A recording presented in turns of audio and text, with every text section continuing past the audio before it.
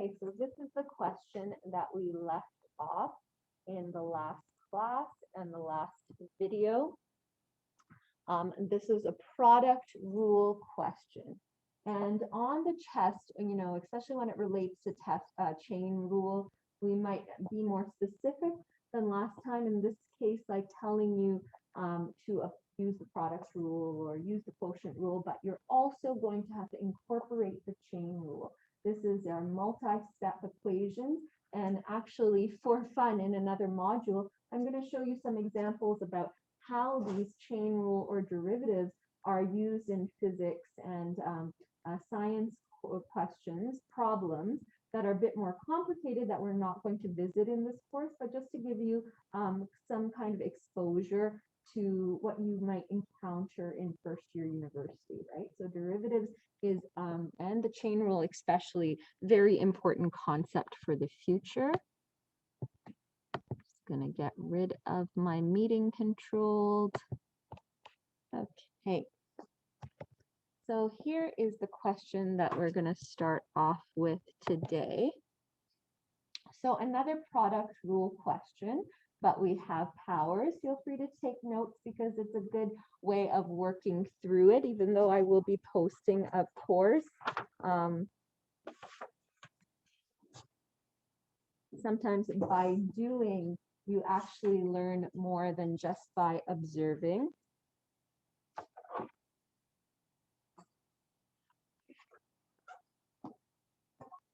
Okay, so I'm going to start with f prime of x because I am differentiating. I'm solving for the derivative.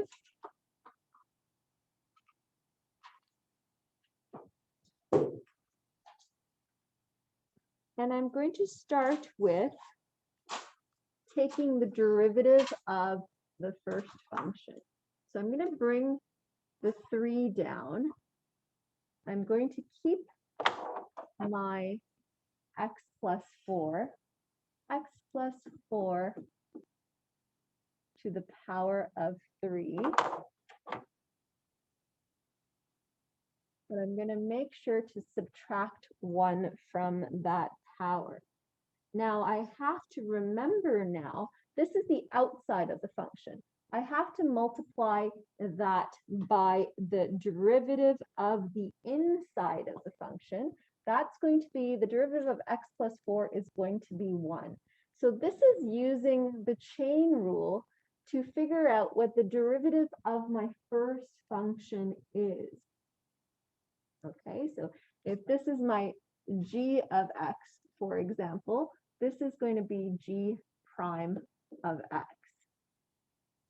Now, the product rule says we take the derivative of the first function and we have to multiply it by my original second function. So if my second function is x minus 3 to the power of 6, I'm going to call this my h of x, then I have to multiply all of this times h of x minus 3 to the power of 6. That's the first part of the product rule. Now I have to take the derivative of h prime of x. I'm just going to continue on a separate line here. Remember that this is a sum, not a difference, so I use the addition sign. Now I'm going to bring down the 6 in front. I'm going to write the rest of the function the way it is, x minus 3 to the power of 6.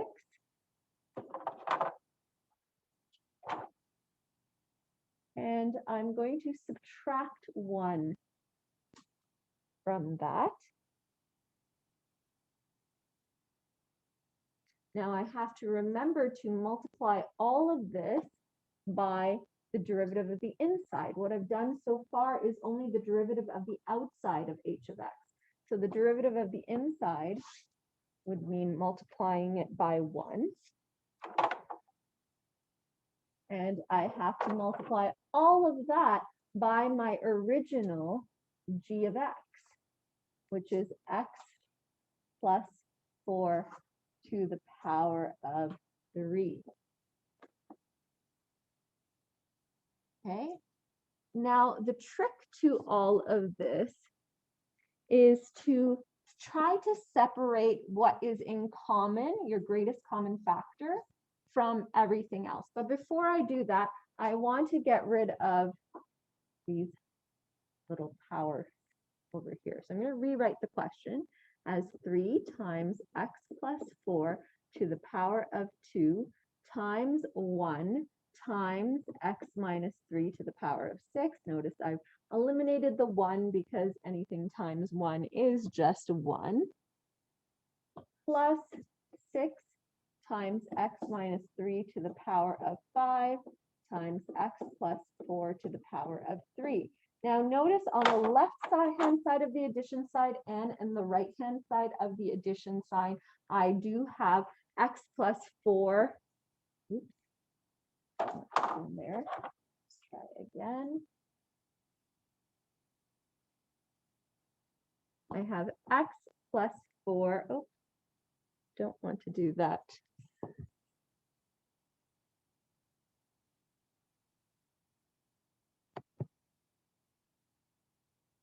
Undo that. There we go. So I have x plus 4 to the power of 2.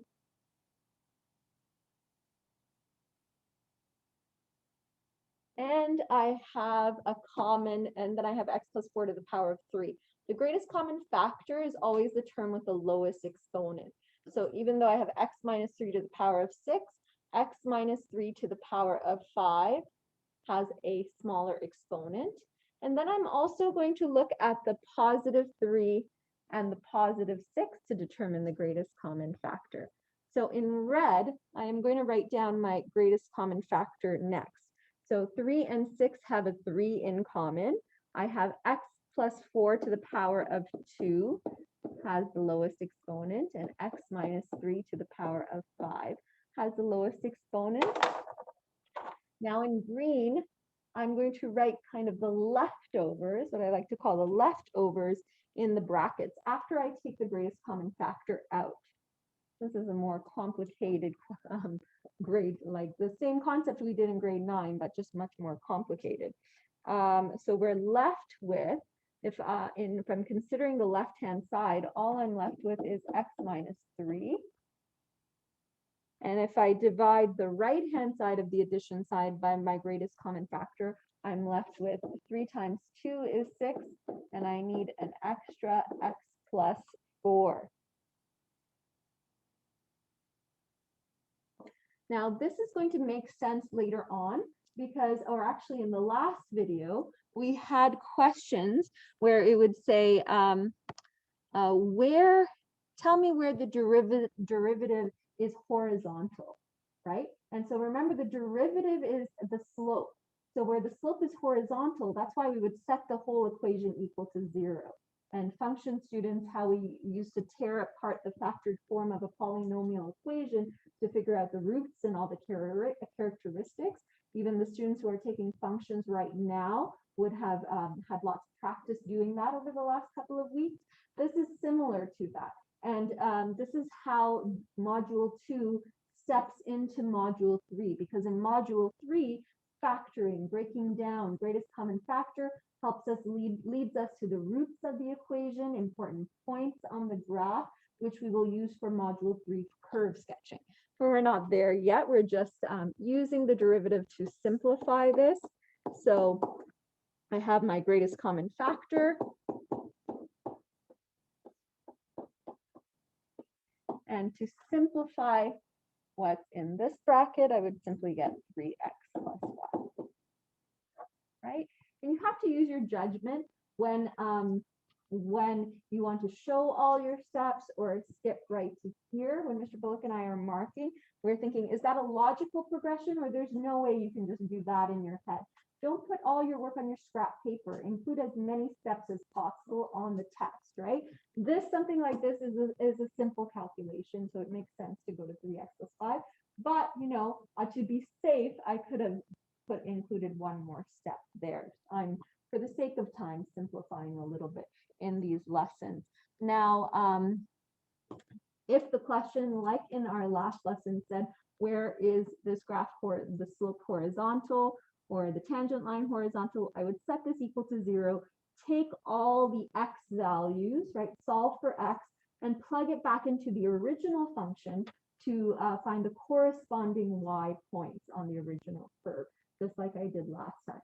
So that's how we can take a simple derivative question to an application problem, right? And we are at this point in the course going to look at a lot of application problems leading up to module 4, which is going to be a unit full of words, just word problems, optimization. Okay, let's do an example where we have the quotient rule in combination with the chain rule, the quotient rule in combination. So in this particular case, the outside function, so if I wanted to let, for example, if I wanted to state let u be equal to x squared minus 3 over x squared plus 2, right? And then the outside a function would be y is equal to u to the power of 4, right?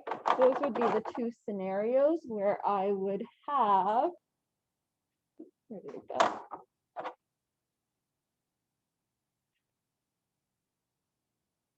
The outside function and the inside function. And we could say dy over dx and what we did yesterday, the Leibniz notation, or not, right? Usually in a traditional calculus course, I want to be clear that I'm a real stickler for the proper notation. And that's why I'm not using it so much on my test, because that's something in a traditional calculus course where we take off marks when you don't use the proper notation. Here I'm teaching you guys to go straight into the equations because it's just something that you don't have to deal with in this shortened version of the calculus course. Mr. Bullock and I discussed, and the notation is not going to be so important to us this year because it does take time to teach and understand the notation, and we understand that it's a little bit more crunched, right? So usually I would say write dy over dx and du over dx and do all the Leibniz notation. Here we're going to go straight into the working with the equations. Okay, so then my y prime, right, because we're starting with y. So my y prime, I'm going to take the derivative of u first, u to the power of 4. So I would take the 4 in front. I'm going to write my original function the way it is, x squared minus 3 over x squared plus 3 to the power of 4 minus 1.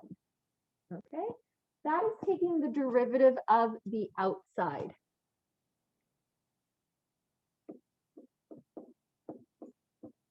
But now I have to take the derivative of the inside. And taking the derivative of the inside means simplifying this function over here. Taking the derivative of the inside means simplifying this function. Okay, obviously that's going to be a little bit more complicated. I'm going to take it step by step. So first of all, I'm going to put big square brackets because the derivative of the outside has to be multiplied by the derivative of the inside. So it's always the derivative of the top times the original, the derivative, did I start with x squared? I made a mistake when I copied this down. This should be x squared plus 3 and x minus 3 on top. So the derivative of the top would be 2x. I'm going to multiply that by the original derivative, and not the original function in the denominator. So the original function on the bottom, how I remember that is d top times bottom minus, this is not a sum, this is a difference, d bottom, so that's the derivative of the bottom, which is 2x, multiplied by the original function on top, x squared minus 3, all over the bottom squared.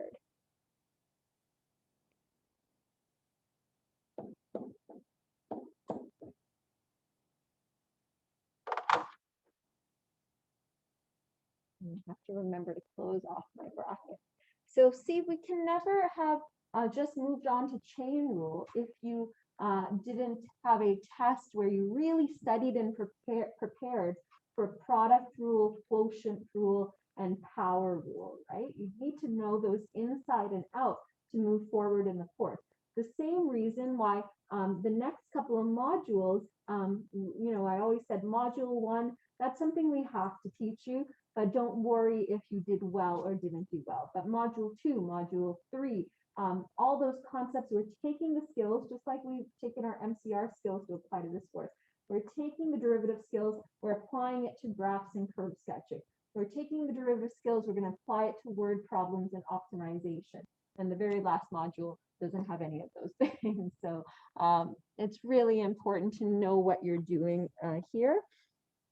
Okay, so now I'm going to start combining everything together. First of all, let's just change this as a next step. I just want to change, oops. Try that again. I'm going to change this to a power of 3. That would be my next step, would write everything as a power of 3. I'm just trying to save some time here.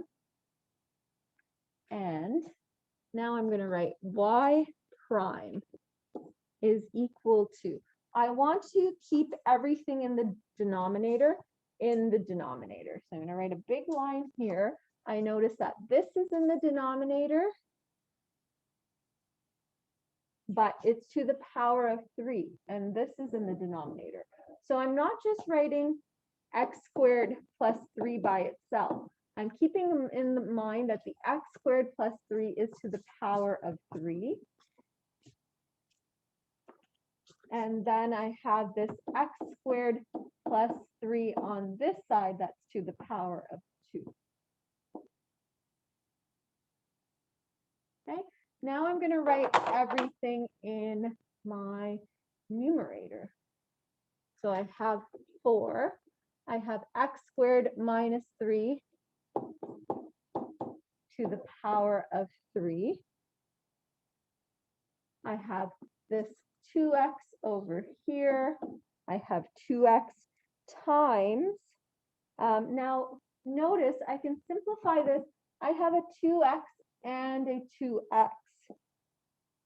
So you can actually take 2x out as a greatest common factor. And inside of the square brackets, if I'm taking 2x out as the greatest common factor, and I've already taken my denominator out, I'm going to be left with x squared minus 3 minus x squared minus 3, which is great. That turns into 0. So having a strong knowledge of the greatest common factor can really help you simplify your questions even better. And now I just want to really reinforce, this is a 2x, not a 2 times.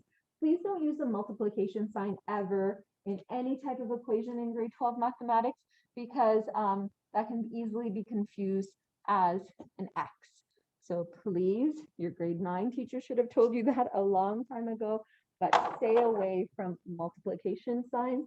We leave those behind when we leave elementary school. Okay, so y prime is equal to, I'm going to simplify by looking at things that are in common. So 4 times 2x is 8x.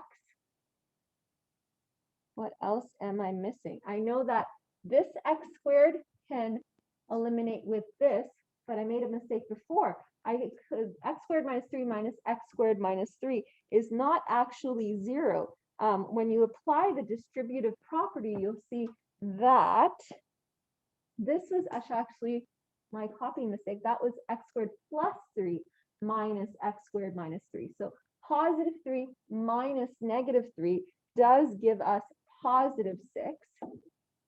And I also have this x squared minus 3 to the power of 3 that I have to deal with as well. Now, going back to MCR, like I love to do, when you have terms that are the same with power, so x squared plus 3 would be a common base, I would add my exponents, so I'm left with x squared plus 3 to the power of 5.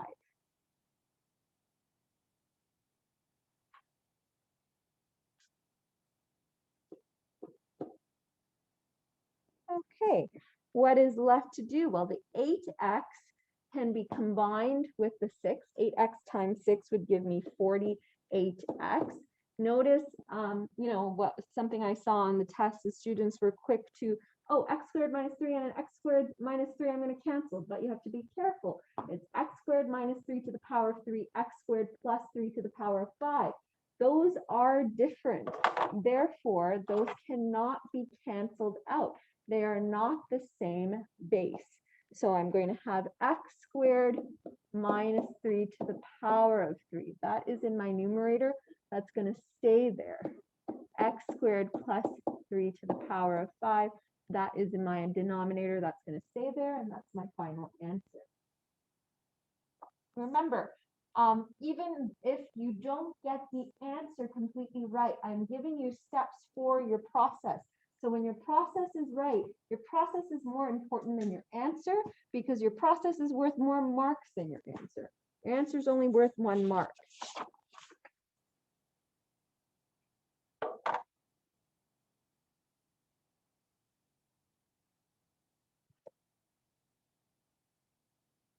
Okay, so I'm going to use the shade tool right now. So I'm going to exit full screen mode.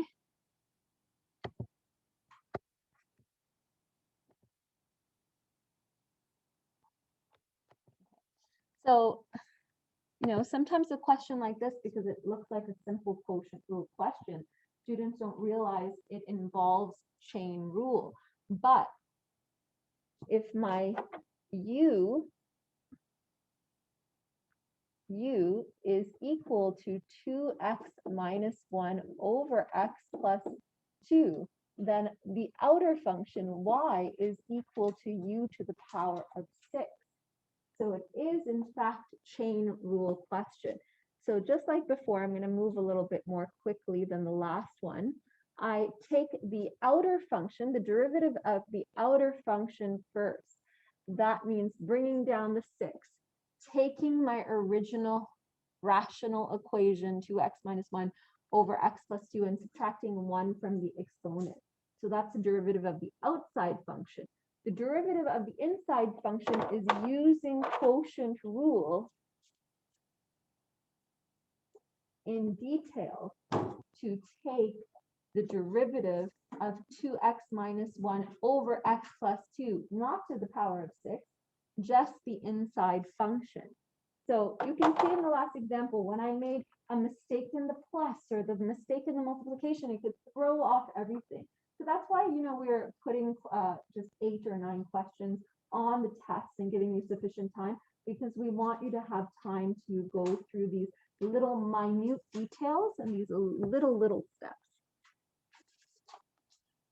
Okay, so to get to the next question, you notice that my derivative of u to the power of 6 has stayed the same, but I've essentially simplified this. So I probably should have included one more step there to really show the expansion of the numerator. This is just a question I wanted to go through quickly, and it's actually a try it yourself question so that you can see that you can repeat the same process that we did in that last example in order to get this type of answer. Notice again, 2x minus 1 to the power of 5 and x plus 2 to the power of 7 cannot be combined because they have nothing in common, no greatest common factor, nothing when you try to factor them that they have in common, and they are different bases, so we cannot subtract the base.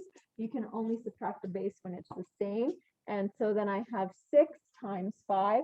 that I combine to 30, and that's as far as I can go with this. But when we apply this to word problems, we will be able to go a bit further. I believe I have one more example that I want to just do as a practice, try it yourself, but I am going to kind of walk you through this a little bit because here we have higher order binomials, x squared plus 1 to the power of 3, 2 minus 3x to the power of 4. Why I'm including this in the example is please don't try to expand this. You are very likely to make lots of mistakes, and that's not what we're testing you on. So as a note, Mr. Bullock, maybe on the next test too, we should say use the power rule and the chain rule, because we are practicing the chain rule. So if the question is specifically saying use the power rule and the chain rule, and you try to expand this first, product rule and the chain rule, not the power rule, and you try to expand this so you can use the power rule, you will not be earning marks because the question is asking you to specifically use the product rule and the chain rule because that's what we need to see you exhibit, right? In university, not us, but in university, they're going to give you much higher powers, which is going to make it possible if you have 2 minus 3x to the power of 11. It's going to take you just an hour to try to expand that. So you need to use these rules that make life simpler and cut down on the possibility of any mistakes. Okay, so when I look at this, and in your notes, it'll appear in color in blue. This is the whole derivative of x squared plus 1 to the power of 3, incorporating the chain rule. And then we multiply that by the original second function, 2 minus 3x. I could call this one f of x, and this one g of x to make my life easier. So the original g of x, so then this part would be f prime of x. And this entire part would be g prime of x multiplied by my original f of x, whereas this is the original g of x. So you can see there's a product rule, but very clear that in the large expansion parts, we're applying the chain rule. Again, same thing. You want to really highlight where the greatest common factors are. So 2 minus 3x to the power of 4. Well, once you've expanded everything on the left-hand side and the right-hand side, you'll notice that there's a common 2 minus 3x to the power of something on both sides, but I'm going to take the power of 3 to be part of my greatest common factor. And there's an x squared plus 1 on both sides, but I'm going to take x squared plus 1 to the power of 2 to be part of the greatest common factor. And obviously 6x and negative 12 have a common 6 in common. The leftovers can go all in the second set of brackets, just like we did last time. And then we can simplify the second set of brackets.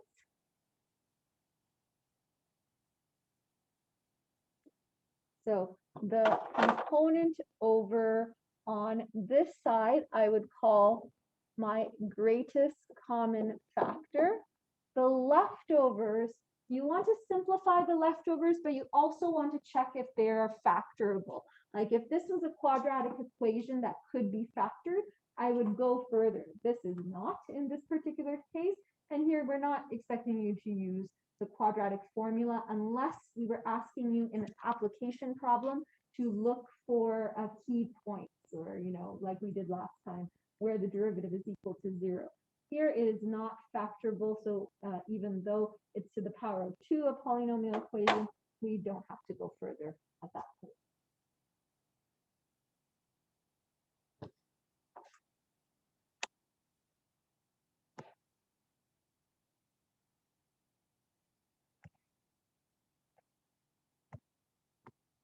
Okay, one last question. We just want to provide you with lots of practice, right?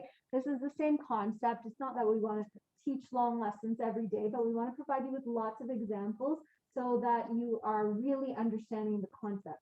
In regular Mary Ward, sometimes when we only have for a whole unit a 1-hour seminar, we give 3 examples, and then that's not enough, but there's lots of time at regular Mary Ward to do consultations individually with students.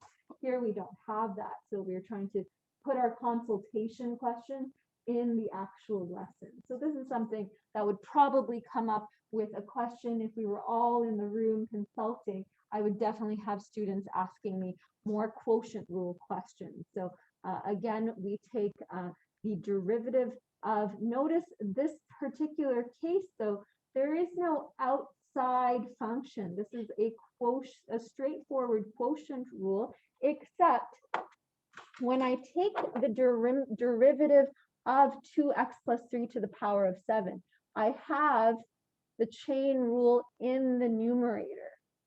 So the chain rule is not an outside function. Everything is not to the power of 4. The chain rule is individually for the numerator and the denominator. So this is why this particular question is different from the other quotient rule question. So you know what, I'm going to post this, and during our class time, I would like to give you the opportunity to look through this clearly. So if there's something you don't understand, this is an opportunity for you to consult and ask questions, but pretty straightforward because we have the derivative of the numerator, and then the chain rule comes again when I have to take the derivative of the denominator. But if that's something you don't understand, then that's a red flag that you want to talk to your teacher about.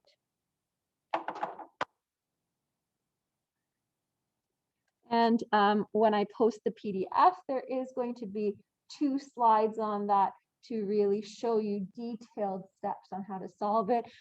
Really for this test, kids, when you're doing your homework, and remember your homework, there is no set questions that Mr. Bullock and I expect you to do.